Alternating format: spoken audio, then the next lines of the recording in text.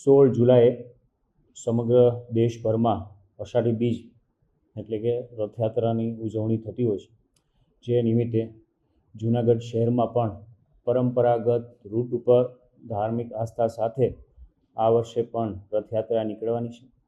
રથયાત્રાના આયોજકો સાથે એ division police station દ્વારા મિટિંગ પણ કરવામાં આવેલી છે. તેમનો જે પરંપરાગત રૂટ છે કંદરપવાડાથી શરૂ કરી અને મંદિરે પૂર્ણ છે એ શહેરના મુખ્ય માર્ગમાંથી થઈ અને પૂર્ણ ત્યાં વધારવાની છે.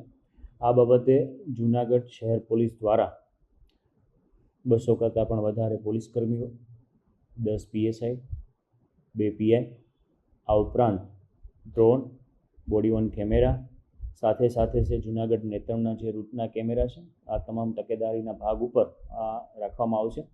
રથયાત્રા દરમિયાન કોઈ અનિચ્છનીય બનાવ ના બને તે માટે રથયાત્રાના રૂટ ઉપર પોલીસ દ્વારા ફૂટ માર્ચનું પણ આયોજન કરવામાં આવનાર છે અને ખૂબ શાંતિપૂર્ણ માહોલમાં આ રથયાત્રા પૂર્ણ થાય તે માટે જૂનાગઢ જિલ્લા પોલીસ કટિબદ્ધ છે.